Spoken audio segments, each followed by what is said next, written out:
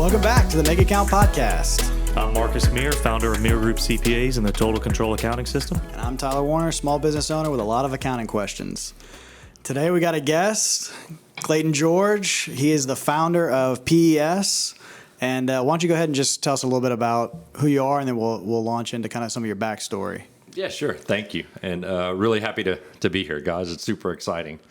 I'm a mechanical engineer by trade and founder of PES, a mechanical engineering firm here in town that originally grew up in the oil and gas industry, and over the past 5 to 6 years has diversified quite a bit into several other industries.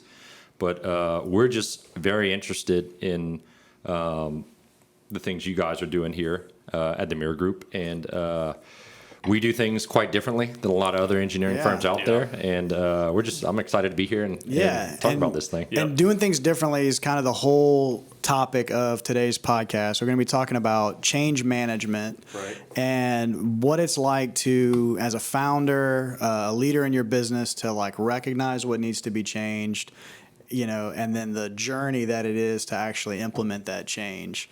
And so let's just start from the beginning. Like, everybody that's a business owner can probably realize several stories of like, oh man, this was the straw that broke the camel's back.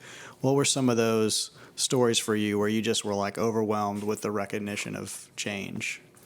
Yeah, sure. Well, change is just a scary topic, no matter what age, how old you are. But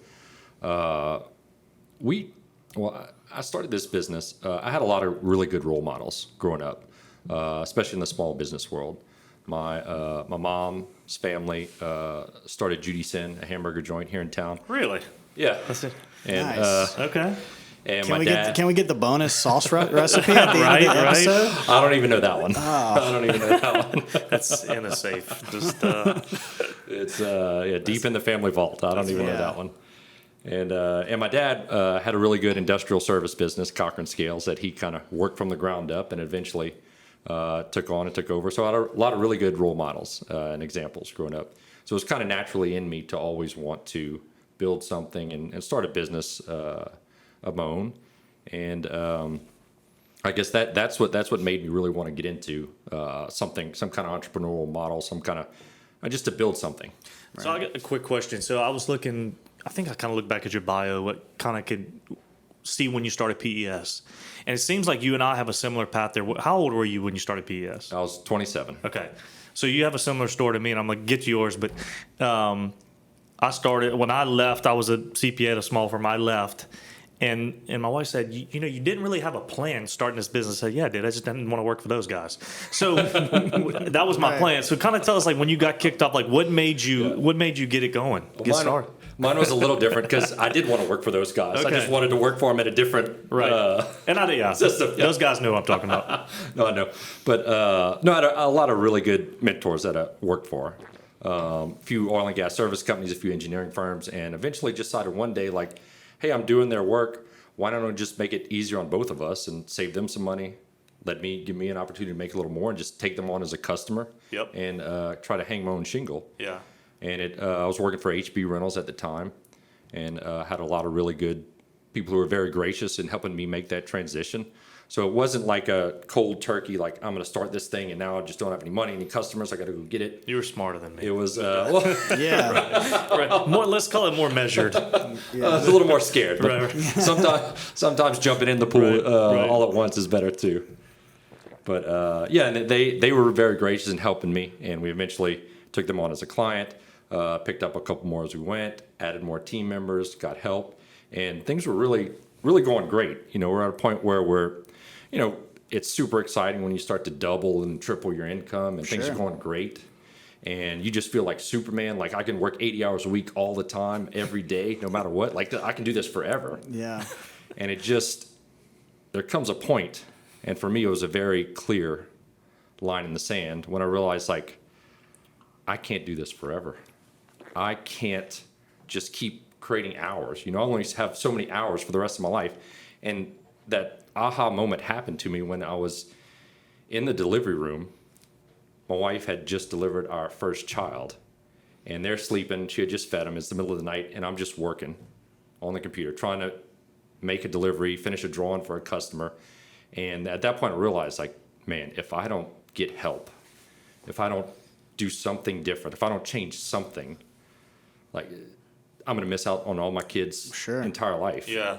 Yeah. And that's when it really hit me that I can't do it all alone. So at that point, was it kind of take us back to that point? Did you have, how big of a team did you have at that point? At that point, it was just me. Okay. So it was just me taking on, I had about a dozen clients that I was servicing. Okay. And as a typical, entrepreneur, when you're starting, like, I don't want to hire people, have a lot of payroll burden and do that at first. Right. A little bit scared of that, scared of change, right? And so then I said, well, look, I've got to hire someone. I have enough money. I need more. I need my time back. Yeah. Yeah. So- And what were you selling time at that point? Yeah, more or less billable hours. Yeah. Okay. Believe it or not. Yeah. Which we'll get into in a minute here. Yeah, I'm but sure. I'm sure. I know you guys know how I feel on that. Right. We'll talk about that in a minute. We drop his video in the show notes. Yeah. It does drive a lot of this. But yeah, I realized that, if you want to go somewhere fast, you go alone. Yeah. If you want to go somewhere far, you got to bring on help. Yeah. So you kind of gotten to the point where it's like, and I've sensed this, and everybody's got their different strategy on hiring. What's the timing? You can be super I would say analytical about when you hire. When I get this much in revenue, but sometimes it's just like what you said.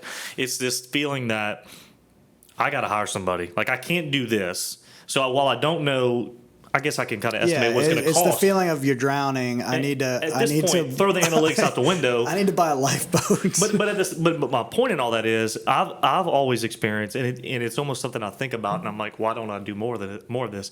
The more I do delegate to good people, the revenue, and what it costs to delegate is the cost of your payroll, right, and other overhead. The work just seems to backfill. Did you kind of experience that when you did that? When you said, okay, I got to hire somebody, let's go. I know it's going to cost me. I never thought of it that way, but that's exactly how it happened. Like, you hire this person, scared. Oh God, I got to pay his payroll now. What if I can't afford to pay him? But the work just it happens. Yeah. Because I think what happened to me is there's some accountability in hiring someone, right? You got to make sure you have enough work to feed both of y'all. And what I learned right when we hired someone is that when I hired him, it freed me up to go sell. And Right. so let's do a little more business. Fast forward a few years later, I realized that, okay, it's kind of an endless up and down cycle. Like, when we're busy, there's no time to sell. When we're slow, got to go get some work. Yeah. So that's sort of really, by bringing on good people that you trust, it allowed me to really take the next step and realize that I can't do it all. Yeah. What was the next step? Because you're describing that, that roller coaster that a lot of professional business companies, the feast or famine kind of. I've been through that cycle in a web design company where it's like, man, we're slammed, and then because we're so slammed, I haven't paid attention to the pipeline of business, and now we're That's that. Yeah. When you describe that up and down, I know exactly what you're talking about. I think a lot of people in any kind of service-based business have felt that.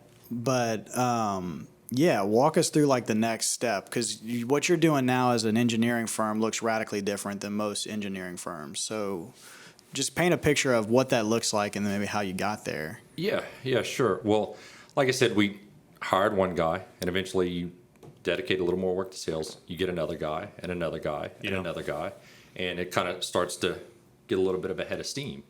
Luckily, we got really good people.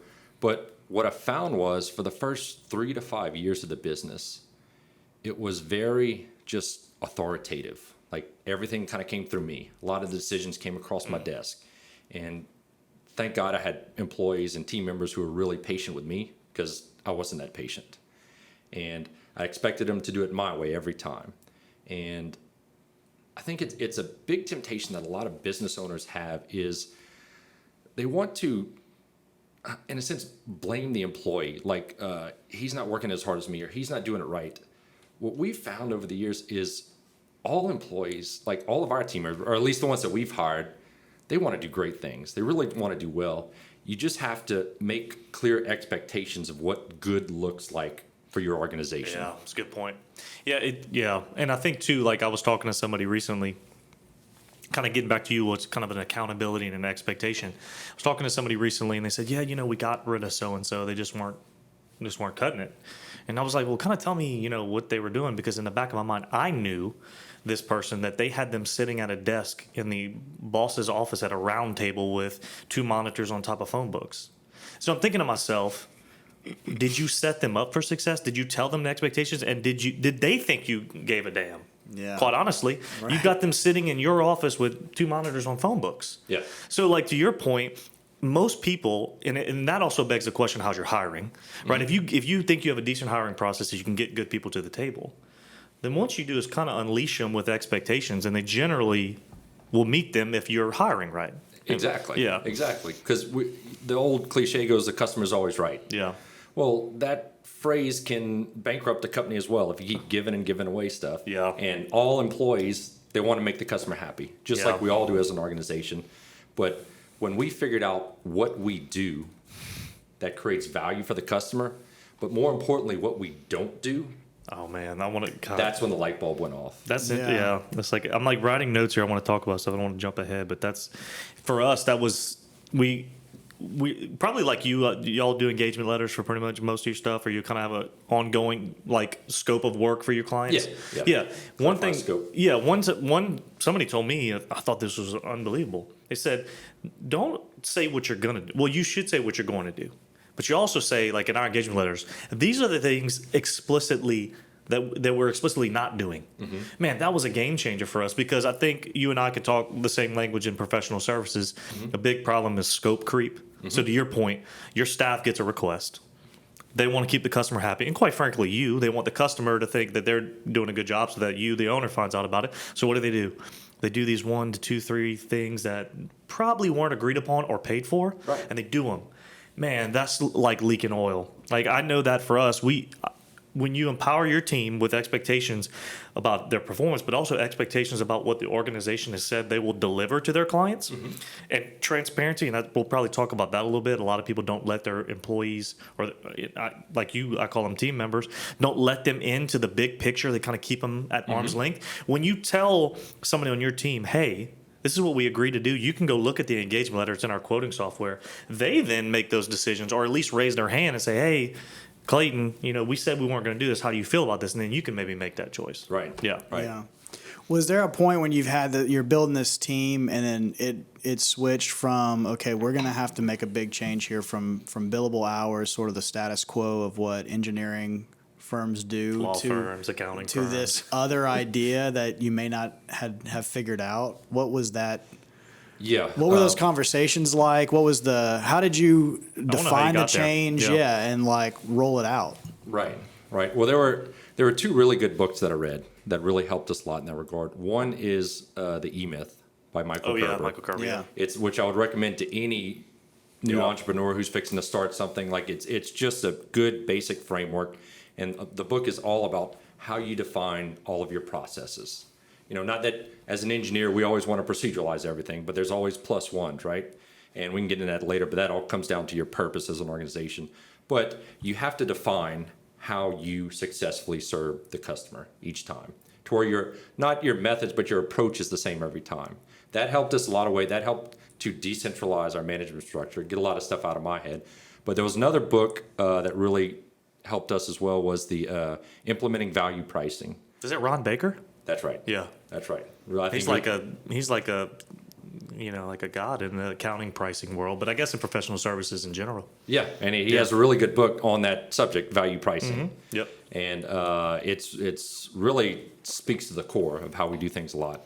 And what the gist of that book was, it says that the amount of time that goes into building, making, designing, accounting something has nothing to do with what it's worth. Correct.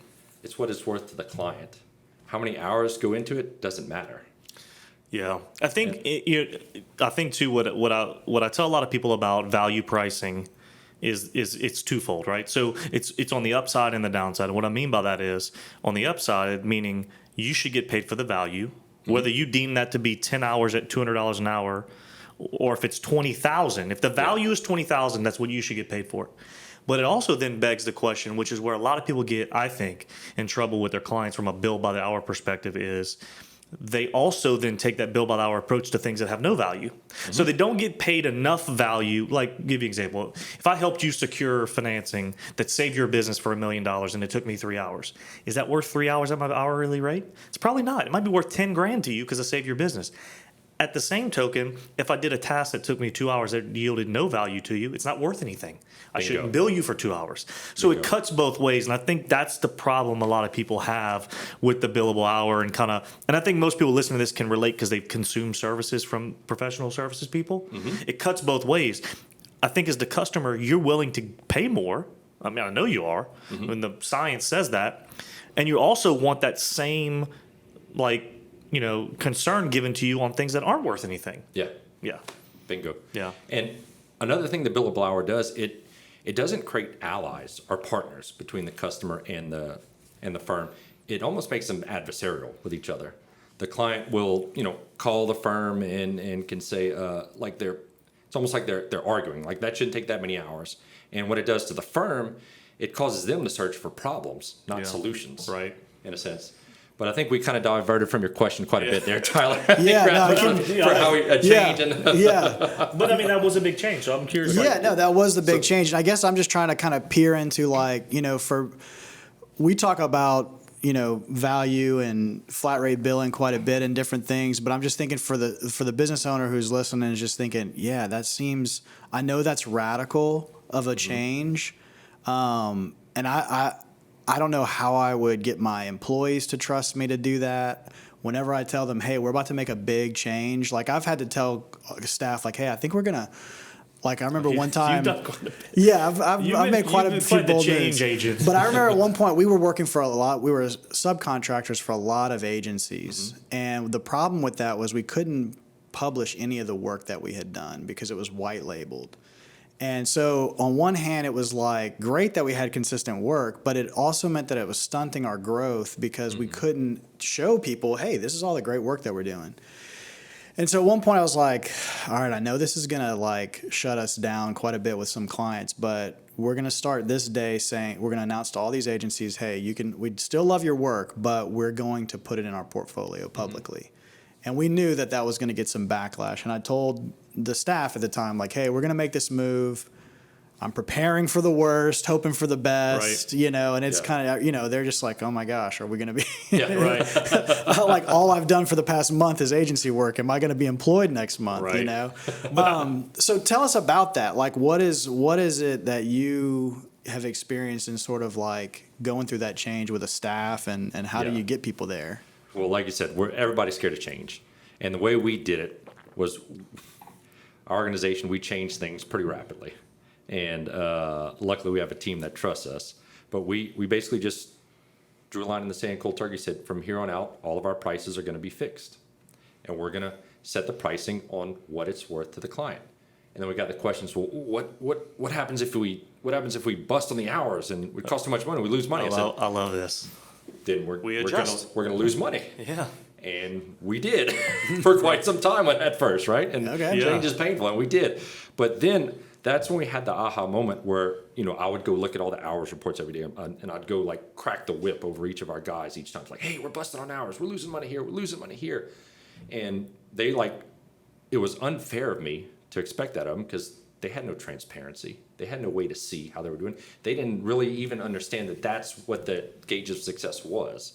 They didn't understand that they had to come in under budget. That was purely my fault from a lack of leadership. So that's what we inspired us to develop the PES Customer Alignment and Success System, the CAS system we call it. And we basically publish all the major KPIs of the company on dashboards to measure performance.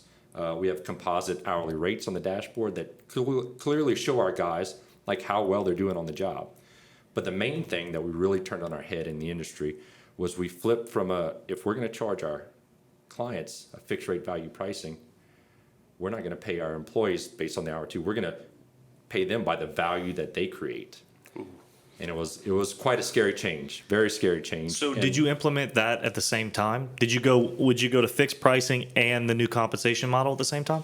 It was about probably 6 months to a year Okay, gap. so you kind of had you had some lag, see how this thing's going, and then you kind of thought to yourself, well, if I'm trying to align, Exactly. right? You're trying to align my team in their productivity with what we're making top line revenue on each project. Right. Yeah. And exactly. And the way we did it was we said, okay, guys, here's what we're going to do every month, because you have to work in change gradually. I mean, we made a kind of a knee-jerk line in the sand with the value pricing, but we knew that when we're experimenting with compensation that we had to do it gradually. So what we did was, we said, okay, guys, we're going to show you every month basically how much work you executed, the dollar amount of work you executed, and compare that to your overtime. And we're going to give you the choice to pick which one is more each month. And it gave them the ability to pick and choose which way they wanted to go. And lo and behold, when we showed them what victory looked like and what we wanted to do to serve the customer, like they executed right away. Man, that's awesome. So I keep, one of the things you're saying is something that I was saying to a buddy of mine. I was on his podcast a week ago. We're talking about change management. We're talking about this before you and I got started. But I keep hearing you say, which I think anybody instituting change, I think this is the biggest point. You have to keep, as the leader, impressing upon the team, hey, this is maybe not the finish line, but this is what success looks like. Right. And success, it looks better than our present state right now. So it's just constant holding the goal in front of them, saying, this is what we all agreed we were going for. And I think that's a role as a leader. Have you experienced that? I mean, the constant, not maybe constant, but the reminding, the real, I would say, averting people's eyes back to what you said you wanted to do, that we all agreed this was a good change to make. Mm-hmm. Yeah. Mm-hmm. Well, what I found was, like I said, the first 5 years that I ran this thing, I didn't share much of that with them. It was just basically giving orders, and it was authoritative, and I'm just not proud of some of the way that I as a leader handled that. And we wanted to decentralize it, to show them the purpose of it all. When we show them the purpose, they can see what we're trying to do as an organization. Yeah. Our purpose is to deliver value to our customers so we both can be successful. And we showed them the purpose, that high level focus of what we're trying to do. That's when it kind of snaps into place. That's when it kind of aligned our communication, aligned our interest with our customers. How have they responded? Customers or the team members? Well, they responded well, and we've had quite a bit of success over the past 4, 5, 6 years. They like it because one of our big KPIs is on-time deliveries, and we derive that as a team as one of our big metrics, because I feel like that's a problem that a lot of customers, a lot of operators in the oil and gas industry have with engineering firms. They always get it to about the 10-yard line, and that last 10 yards, they can't quite finish it. There's always something kind of holding it up. We knew that one of our KPIs was deliveries, and that's what we started to measure. And that's how we told our guys, that's how we showed them what success looked like. And lo and behold, I think our on-time success rate is somewhere around 93% or something right now. And it's boded well with our customers. I think it's done well to communicate our brand to our customers. Rachel? I'm curious, because I can totally relate to that 10-yard line example. Because I think as professionals, and I think engineers and accountants probably share this kind of perfectionism thing, right? Mm-hmm. And we have a saying around here, just as a general rule, done's better than perfect. A lot of times, and sometimes that's hard to step back in a really technical field where, in my example, one number in the wrong box or one check box, while you say, oh, I'd rather be done than perfect, could change things. Mm-hmm. And probably similar to you, where if you don't draw this exactly, I don't know exactly what you guys do. The bridge collapses. Correct, yeah, that's right. But we got it done, right? It was done on time. Yeah. We're 93%, right? Yeah. So my point is, how did you mitigate that? I mean, that's if people, I know that's going to resonate with people that work in professional services or deliver things to clients. That little bit at the end is where you make a lot of money, quite honestly. Mm-hmm. But what did you do as a team to kind of impress upon, get across the finish line? Well, accountability cuts both ways, right? You need some buy-in from the customer, and you need buy-in from your team members. So we don't allow a job to start until we get, majority of the questions answered. Okay. Then we let it run, and then they execute it. The last 10%, we have several tiers of, quality control and review process that documents go through. But if that last 10%, if we're in the gray, we're going to err on the side of caution, because we are responsible for, protecting the livelihood of the public as engineers. Yep. And we have to make sure everything's safe. But there's a big difference between doing what's safe and what works and following code and a customer preference per se. Okay. Does that make sense? Yeah, absolutely. We have a good way of kind of delineating the difference between there's customer preference and there's things that are just non-negotiable from a quality standpoint. So you're doing, I think what you said was you're doing a lot of that. A lot of that can be done on the front end, where you're, I guess, determining expectations with the customer. Right. Okay. And And that's good because so many people jump into work. And I think Right. we kind of getting back to where you started, where you just got going and you probably taking on any client you could. I'm sure we'll get into that a little bit. Is this thought of, no, you're going to do it a certain way, but there got to be these clear, like people start going, and I think that's what holds them up is that there wasn't clear communication on the front end of how to do it, Right. and that's what gets you at the end. I know. Yeah. Correct. Yeah. Yeah. So is this like philosophy something you just recommend wholeheartedly? Like if somebody's listening and is like, man, I'm definitely, there's so many ways you can trade dollars for hours now. I feel like it's a great place to start your business, honestly, but it's limited like you've exposed. What would you say is like the next move to get out of that? To get out of the hourly Yeah. mindset, you have to define value for what it's worth, like Marcus was just saying. And the way we do it is we basically have a pricing sheet for everything that we do. And, engineering, it's design, no projects are the same, but there's a pricing range for each type of project, depending on complexity, the liability in it or whatever. Yeah. And we define those up front. And our sales team, has the ability they can work within those ranges, but they have to stay within those ranges to land it. And what's really, really great about what we do in the compensation model is our guys are heavily compensated based on how much they execute. And our sales team is also incentivized by how much our team executes as well. So it aligns their interests to get pricing right, to deliver the right value to the customer, to where we're all in alignment for how we measure and execute that value. Have you ever had a situation where, so when you go to a fixed pricing model, and so, yeah, obviously the faster you do things, right, the more to the bottom line. Have you sensed a spirit of innovation amongst your team? Because they know I being the one who's doing the work, I'm willing to go and try to innovate and figure things out and do it a better way because I know it will lead to the company doing better and to me doing better. Right. Because when you're billing by the hour, when you're paying them by the hour, it's simple to see they're incentivized to go create problems. Not that they will, not that good people won't, but in human nature, they're not going to be incentivized to, like you said, innovate, be more efficient, provide more value.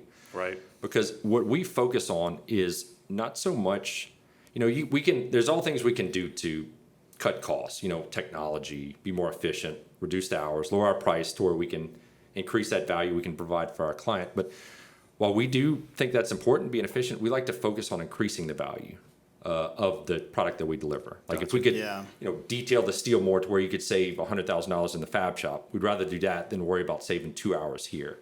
Right. If we could deliver this, a day or two early for you, if that's more valuable to you, especially in the oil and gas industry where everything is volatile and everything's needed right now. Yeah. That creates more value than being 1 or 2 hours less efficient. Gotcha. That's why we allow our guys. We offer completely unlimited paid time off to all our guys. They decide when they work.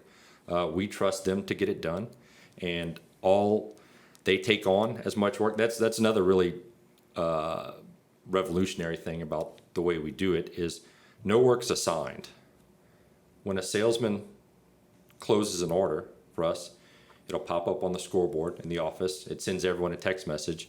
And if you meet the technical criteria to be able to execute that project, you can request it to work on it if you want to earn the compensation that's attached to it. Dude, I'm that's like amazing. getting hot flashes here. He said dashboard, text message. Like it's like, Yeah. I'm just, Just thinking everybody walk around as like virtual reality at his Right. office. They're all wearing the Oculus. It's like, they meet in the metaverse for coffee and Right, then but I pick their job. he's kind of roundabout way just talking about process. Yeah. And God, that's No, I mean, what the big thing, it's like, man, focusing on alignment, that Yeah. solves so many problems, it seems like. That's just if you can just align, which obviously easier said than done, right? But aligning the employees, the client, and the company.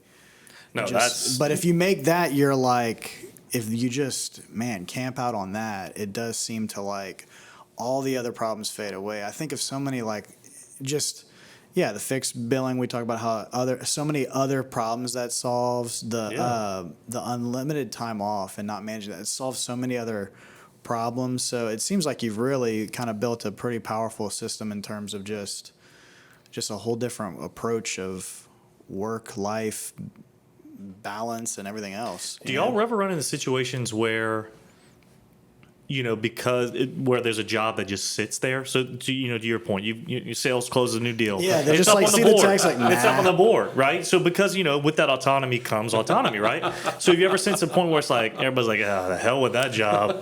There's probably one guy in the office who's like, oh, that one's for me. Right.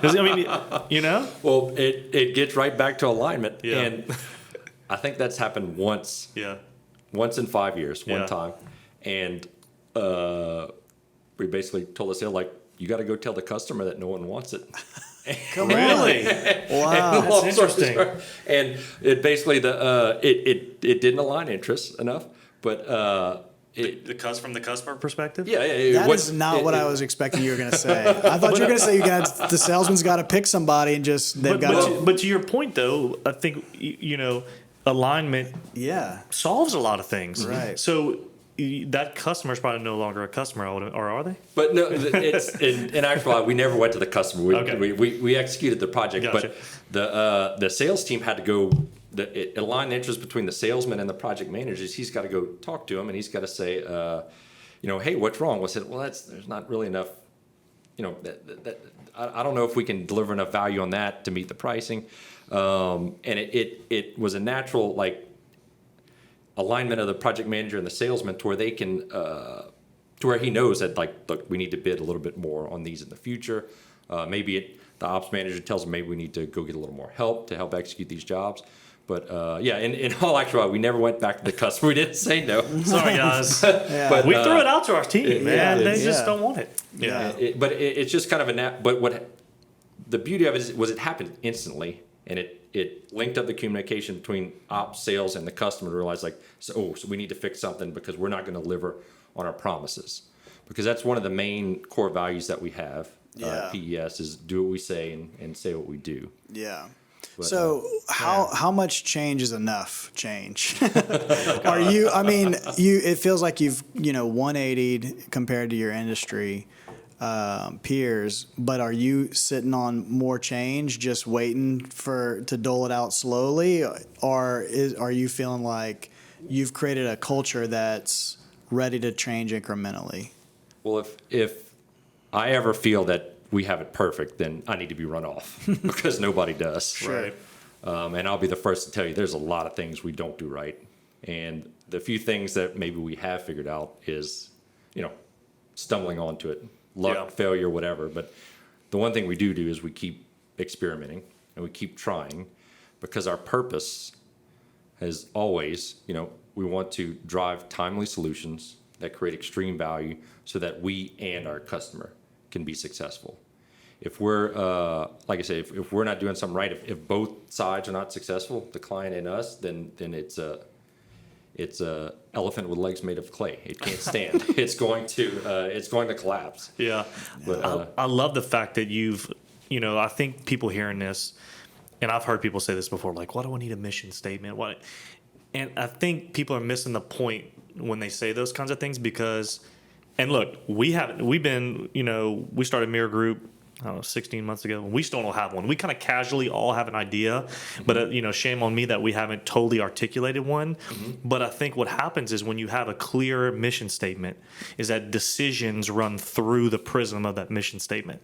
And it makes it clear. So to your point, if you're wanting to decentralize, your team knows exactly what the mission is. Mm-hmm. They can almost probably say a job you will and won't take, I would imagine. Mm-hmm. Because, so I think if you're listening to this and thinking, why do I need to do all that amongst all the million things I have to do as a small business owner and entrepreneur? It's very important because you're playing the long game. And for you to scale, you have to have a team that's aligned, mm-hmm. that understands how to do, and certainly doesn't have every decision falling at your desk. Mm-hmm. So you can enjoy the fruits of being a small business owner and not working 80 hours. Yeah. So I think, and be a better leader to absolutely. them too. And I'm listening to your stuff. You saying this, I'm like, oh man, we got some stuff to work on. I need to get my mission statement ready. Yeah. But seriously though, I mean, it's like I keep thinking this. It's the prism you run all the decisions through. You know. Yeah. Yeah. No, but I will say there's we've done a few things right over the years, but we've learned a lot, and we've had a lot of really great team members that have helped us build it. And what really drove us to do this was the real story behind it was, we were primarily all oil and gas in 2013, 14, 15, 16, and it was great 12, 13, 14, and then when you get into the situation where you're billing customers by the hour. Yeah. And you're just telling your guys more hours. The company's success is based on how many hours we bill. And you just keep on doing it. You're extorting the customer almost in some sense. And it keeps going up, and it's just too good to be true. You're making money, you're filling up the checking account with maybe cash that you don't deserve. And eventually it just comes to a point where the customer says, enough. Yeah. Like, enough. We're not going to keep just paying for these problems that aren't being solved. Look, get your firm stuff, get it out of here. And we've had that happen to us. Yeah. I've had that happen to us. It was a really awakening experience when the market tightened up in 15 and 16. And, you do the only thing you can do in that situation. You have to stop the company from bleeding cash, and you have to, make cuts. Yeah. And it's one of the most painful things I ever had to do. Yeah. The worst thing I've ever had to do was to, tell people that we couldn't afford to pay their salary anymore. And that's when I swore to myself. I said, never again. Yeah. Never again. We're going to come up with a way to align our interests with the customers. We're going to compensate based on productivity, what the guys made. And what we found was when we started doing that, we saw our team members' pay increase by about probably 20%. Our customer retention rate skyrocketed. We started having success even in tough markets. And then, you fast forward a few more years to 2020 last year, one of the worst economic situations in this country's history, certainly in our lifetime. Right. And we were forced with the situation again. We had a lot of people, and it's illegal to go to work, and no one's paying their bills, and who knows what this industry, what we're going to look like. And there was a decision we had to make. We said, are we going to reduce staff by 80%? Are we going to declare bankruptcy? Are we going to go out of business? And I said, no, we're not doing that again. So what we did was we doubled down on our compensation-based model. We did ask all of our employees to take a reduction in their base pay. Okay. But then we increased their productivity bonus compensation by a factor of 4. What they're getting paid to produce. Yeah, what they're getting paid to do the work. Right, yep. Right. They had base salaries, and on top of that, they had productivity bonuses. But it was a decision that we were forced on us by necessity. We had to find a way to innovate. But what it did was, that first month or two was tough.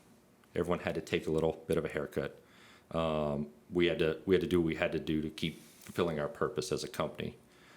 But the next 12 that followed, we had so much success, so much work that we got because we were aligning our interests. We were letting everyone participate in the sales process, defining each role, what each percentage of every dollar that came in, what got paid for that role. Yep. And it led to, our own employees. We had pay raises between 20 all the way up to 80% in a market that was just god awful. So do y'all still have that model? Have you kept that? We have kept it, and like we said, it's very unique and very different, and we're still calibrating it in a sense. We're always trying to figure it out. It does ask our team members to take some of the risk with us, but what it does, it automatically shares all the upside. Yeah. So what it's inherently doing is giving you all the winners, because only winners are going to gravitate to that model, I would think. Right. Or let me back up. Only winners are going to succeed really well in that model, because they're going to bet on themselves, because you're giving them a less of a floor, right, and saying, okay, now go, but you get way more of the upside. So that's it's almost like it's like this self-fulfilling prophecy. Now you've got more and more people, even better, probably super productive people who are willing to jump into that kind of model because they bet on themselves. Right, and that's more or less how we think about it. But it also allowed us to do. We didn't have to lay off anyone throughout the entire coronavirus pandemic. Yeah, and that to me was the biggest success of it all. And our guys trusted us with some pretty radical changes, and I can never express my gratitude that they trusted us to do it, because it was very scary. Sure. Talk about change. When you change things that fast, right? Our team member bought into it, and it. And I think we can all remember us. those weeks when you said it was illegal to work, and everybody's like, I mean, no, we forget what that moment was like, because we didn't have the hindsight that we do now to know,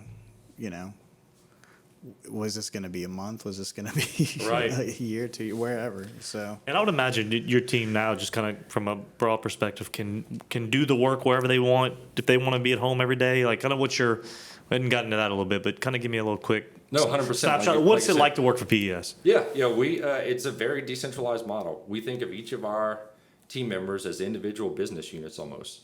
We trust them to, if they commit to the work, it's very clear what their delivery expectations are, what we expect to them from a workflow control, what the quality, there's multi-tier review systems. They have to operate through our system, but at the end, we trust them to serve the customer. We don't care how much you take off. Work when you want. We don't care where you work. Work here. We have an office, but we allow them to, it's up to them. So I'm looking at, we've gone like 40 minutes, but I got another good, this, at least in my head, it's a good question. So I have this kind of theory that you can only, and you're in an industry like mine, very traditional, and I'm sure some of your competitors are going to hear this or watch your video. But they're probably like, oh, this guy again, talking about the billable hour. But I have this kind of theory that the status quo is only good until your competitors kind of change the landscape, right? So like, just background, I had got my house, sold a house 5-6 months ago, and the process to go through the title process was not, it was clunky. So anyway, it just made me think, why are they doing it like this? Well, it's because everybody does it like this. So my point is, are you sensing that your competitors feel like they have to step up their game because the status quo has changed now with what you guys are doing? And because I would imagine with what you're doing is going to attract great talent. I mean, think about it. Pay time off, in control of what you make. Are you sensing that the firms have been put on notice that they need to do things differently? Or maybe you don't want to... No, I'd really like to think so. Right. But all I can attest to, it's worked for us. Yeah. And we've had quite a bit of success. Are you a college football coach? That was like a very... we're going to take it one day at a time. Yeah, and, exactly. No, I know what you mean. But, we like I said, one of the things we do is we experiment. Yeah. And this podcast, luckily, didn't have enough time for all the field experiments we've done. Yeah. Well, I didn't tell you about. We're bringing you back for part 2. That's right. Yeah. But a tell all. And it's not perfect. We know it's not perfect, and we work to improve it every day. And one of the things we really encourage with our team members is, we have our weekly Monday morning meetings. That's the one time as a group we all have to get together, and what it's for is strictly to develop, to reinforce our culture, but more importantly, it's just to create conflict. We actually try to stir up conflict in the meeting because we value everybody's input on how Are you like a Ray Dalio? No, it's funny. Whenever you said that, I was like, did you realize you said the word conflict? Yeah, he must have read Ray Dalio principles. Yeah. Because I'll tell you, first of all, like all these ideas are definitely not all my own. Like we get them we got our team members. Like it comes as a leader, you kind of get removed from how we actually execute some days, and you have to trust your guys to really give you input on what's working and what's not working. Right. Yeah. That's awesome. No, that's good. That's a good place to end it, man. That's an incredible story of change and seeing the fruits of the labor of change in an organization. And so, yeah, I think if you're not motivated as a business owner to find something to change and execute on it, then I'm writing my mission statement right now. there you go. Yeah. So next episode we'll start off with Marcus's rough draft of his mission. Yeah, exactly. Thanks to Clayton. Yeah, really. But Clayton, if people wanted to get in touch with you, like if they had questions, how could they reach out to you? We could share something online, Facebook or LinkedIn. Okay. Maybe we could put your contact in the show notes. Yeah. How to get in touch with Clayton, LinkedIn That maybe? works. LinkedIn. Okay. Yeah. Our number at the office. Yeah. So if you're wanting to change your industry and Right. flip it up on its head, need some advice. And if you need accounting advice, always go to mire.group. All the episodes you can find there, as well as other resources, and reach out to Marcus directly there as well. So thanks again, Clayton. This has been great. Thanks, I man. really I appreciate got you being a on ton here. more questions. So. Yeah. I try to keep it short sometimes, but I get lazy, guys. Sorry if I ran too It's all All good. good, man. All All good. good. All right. That's it. Thanks. See you next time. Hey, everybody.